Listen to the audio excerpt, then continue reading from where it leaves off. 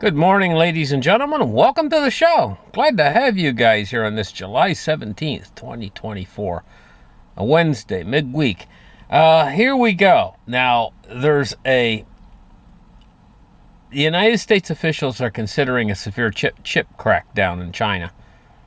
There's an ongoing global semiconductor sell-off. It says the Biden administration is considering imposing the strictest trade restrictions available. Companies like Tokyo Electron, ASL Holdings, they continue to provide China with advanced semiconductor technology. It says the FDPR, it says, seeking leverage with allies, the U.S. is mulling whether to impose measures called the Foreign Direct Product Rule, or FDPR. So, they've even got an acronym for it. It's probably going to be implemented. If we look to the possibly new incoming administration, they're talking about tariffs up to here, on Chinese-made goods and stuff. We can see everything is in a state of flux in this planet. Right now in particularly. Things are changing really fast. Even though the real big issues out there that are facing us as problems haven't really come to fruition just yet. The really big things, the real big black swans that would really impact our lives, they're out there. And they're pressing at us, but they haven't really happened yet. So this is part of the chip war. This is all connected to stuff like that's going on over there in Taiwan. China's eyeing up Taiwan, their chip manufacturing, things are cooling off between the superpowers. And this is all part of that cooling off between the superpowers. I mean, as far as trading was concerned, there was a period in time back before 2020. Probably have to go back to about 2017, 2018. When world trade was at its peak and trading back and forth between China and companies were moving into China to do business and everything else. Things sure are different now. Iran says, hey, we got nothing to do with it. The plot to assassinate Trump, Iran says, Iran has fully rejected the accusations that it was involved in these plots to assassinate Trump. So the news has come in from Iran. It says Iran has rejected these accusations regarding the plots to assassinate former President Trump, while citing legal action for the 2020 assassination of a revered general by a U.S. drone. The state-run IRNA news agency reported Wednesday, is saying that Iran strongly rejects any involvement in the recent armed attack on Trump or claims about Iran's intentions for such an action. You can't make it any clearer than that, Iran. They're making it very clear. Now, we got gold and silver surging in price somewhat. They always overrate it. They always say, gold's gone to the moon. No, it's only went up $5. That's moonshine. The precious metals rally and all this kind of stuff. It's all hype. A real rally in gold and a real rally in silver right now at this point would see silver probably up near $40 and see gold up heading toward 3,000. I mean, no. It's just been bouncing around in this area where it is now. It took a little bit of a rally up to this zone where we are from where we were. We were hovering probably around $22 on silver, and what was gold? Was it 2,100 or something, if I'm trying to remember right? And now it's taken this move up. The gold is 24 and silver is at $30.50 or $30 and change or whatever. That was an early, basically gold and silver saying, hey, we're here and we mean business. That's all it's saying. We haven't seen the real rally yet. We haven't seen the real price jumps yet in gold and silver. We haven't. A lot of people think this is it and it's over and we've had it now and it's gonna. No, we haven't seen it yet. It's coming. It's in our future. And so gold is surging amid interest rate speculation and global demand. Global demand right now is off the charts, and I think there's arbitrage happening, there is starting to be between East and West, I think, arbitrage where a person could, if they knew what they were doing, could possibly make money on the arbitrage between East and West, but they'd have to be a big player or something, or have connections or something to do that. It says gold has reached its highest price since May, and according to experts, the price of the precious metals can still rise. The short-term reasons include possible interest rate cuts in the United States. Well, it has to be interest rate cuts in the United States. There has to be. They cannot continue to service the debt at these high level rates of interest. The debt is like how many trillions of dollars they're running over budget because they're having to pay all this interest. This is the reason why before they started any of this, guys, I said that they can't raise rates, normalize interest rates. They can't, I said, because they would have a problem servicing the debt. Well, they did it anyway. And now they're dealing with that problem of servicing the debt. And so I better not sit here and say they can't go higher with rates. It'll just make it harder to service the debt, even harder than it is now. But they did at this stage, and I didn't think that they would be able to pretty much 5%. Was it normal? A lot.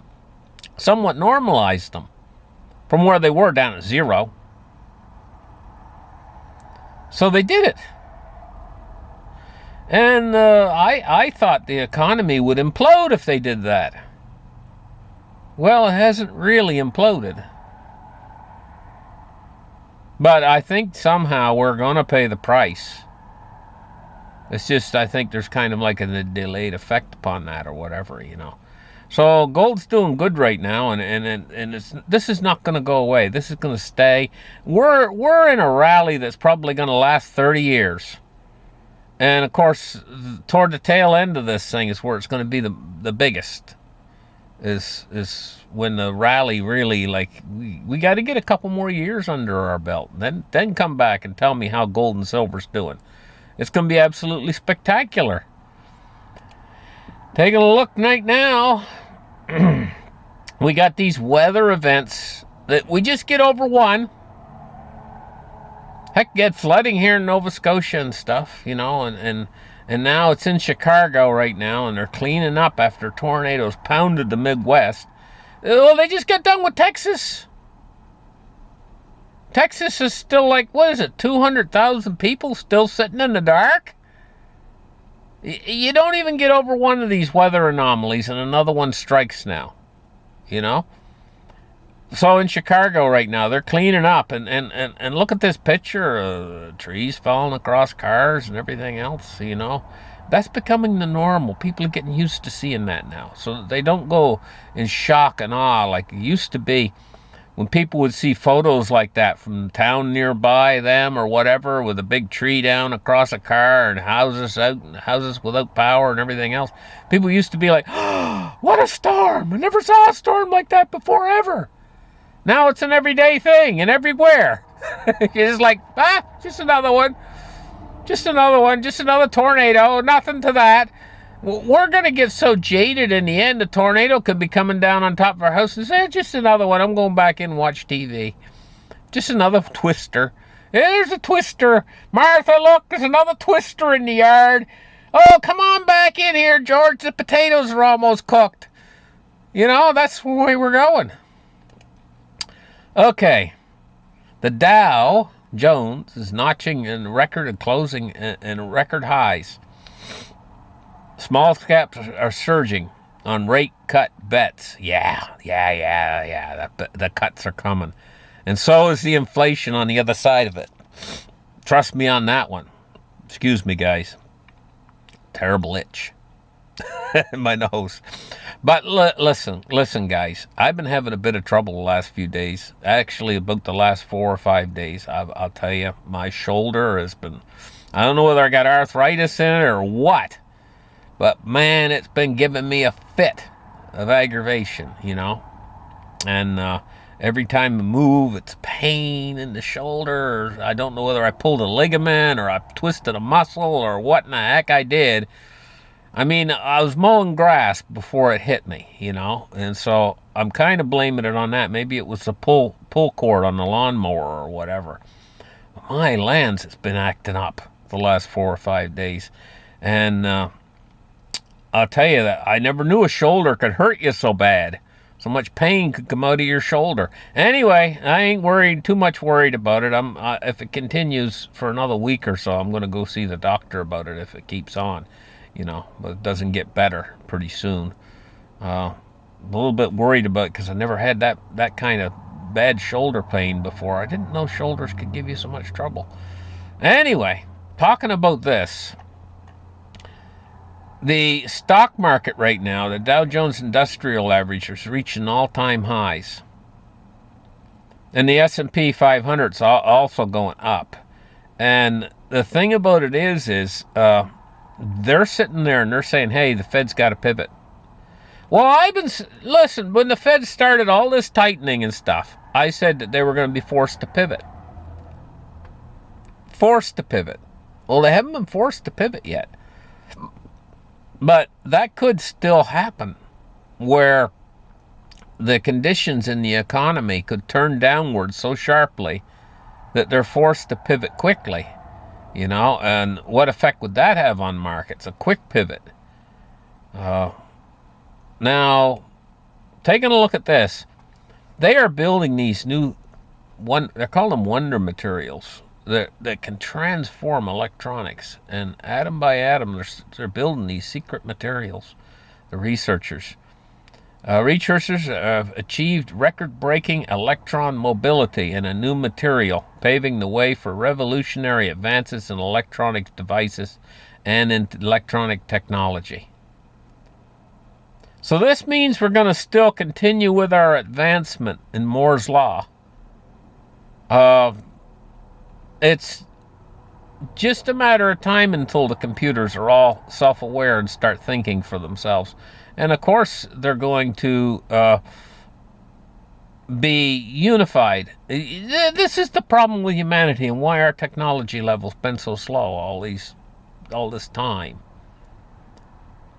Is because the only way we can communicate between one another is by pushing air through cords in our voice boxes. It's making these auditable sounds, and then we have to decipher these sounds. It doesn't give you it's very slow, for one thing, means of communication, and it's very ineffective.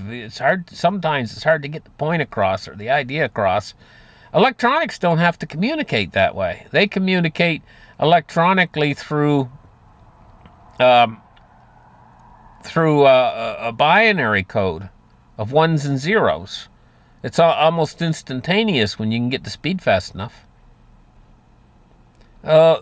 Communication is key to unification of, say, a species. If you're going to be unified, instantaneous communication is key.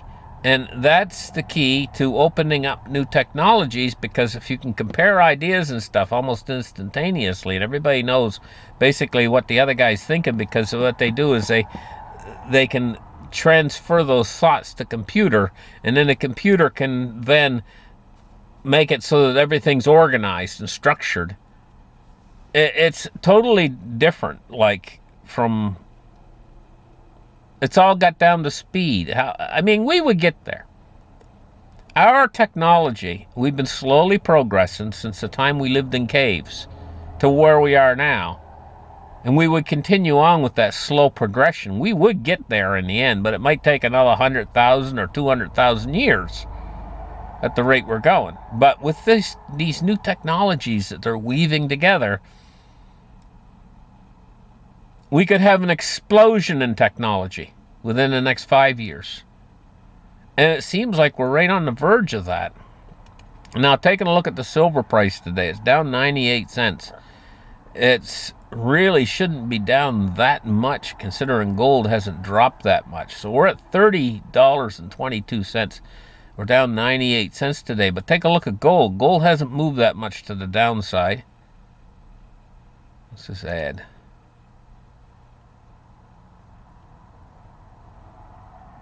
I'll try refreshing the page. Just give me a sec, guys.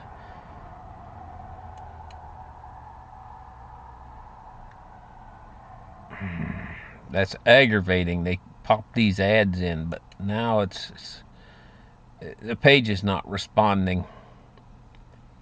Gold price today. Let's give it a second here. Maybe it'll respond so we can see the gold price. If not, I'll move on. No, it's unresponsive. Now here Bitcoin. Well, I think the gold was only down like $5 or something, but silver's down 98 cents, and that's not comparable. You know, a $5 move down in gold would only translate to maybe a 15-cent move in silver. So, taking a look at Bitcoin today, it's at 65,029. Where it goes from here? Where will it go from here? And Ethereum's at 3,456. XRP is at 60 cents. Oh, XRP's taking a jump. It's not the 50-cent coin, it's the 60-cent coin. Stocks today. What we're looking at is the S&P has dropped 62 points at 5,605. But the Dow is up at 41,084. It's up 130 points to the upside on the Dow. And crude oil is up $1.76 today at 82.52 today. So we've seen quite a large jump in the price of crude today. We've been seeing those jumps here around the early part of the $80 mark, where it'll jump up $1 or more, and then the next day I guess it falls back down. So it's been hovering around 80 or just over 80 for a little bit, the price of crude. Now, taking a look at our bonds and rates, and we're seeing rising yields today, but it's only small. On the US 10-year, it's risen 0.6 of a basis point, so not even 1 basis point. 0.6 of 1 basis point to 4.17, and the US 30 years at 4.38, and it's up 0.8 of a basis point. And taking a look at our dollar index today, and it's fell off some. Fell off 0.45, or almost a half a penny, to $1.03.86, and that's the lowest on the US dollar index we've seen in a little while. We have been up in the 105s, 106 range. Now we're down to 103.86, so it is falling. Thank you guys for watching my show. Really appreciate my viewers out there. And you guys have a great afternoon. Bye-bye.